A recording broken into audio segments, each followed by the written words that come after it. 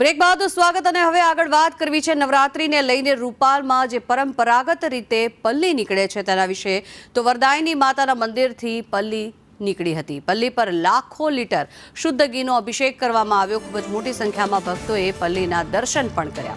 યાત્રા દરમિયાન રૂપાલ ગામમાં ઘીની નદીઓ વહેતી હોય તેવા દ્રશ્યો સામે આવે છે। ત્યારે 5000 વર્ષથી આ યાત્રાની પરંપરા ચાલી આવે છે।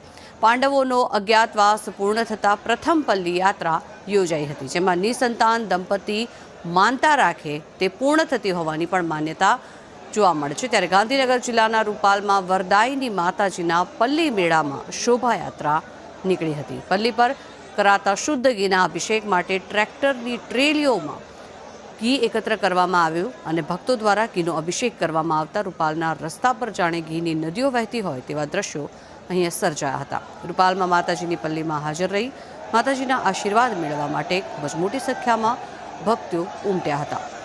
ગાંધીનગરથી 15 કિલોમીટર દૂર આવેલા રૂપાલ ગામમાં વરદાયની માતાજીનું મંદિર આવેલું છે।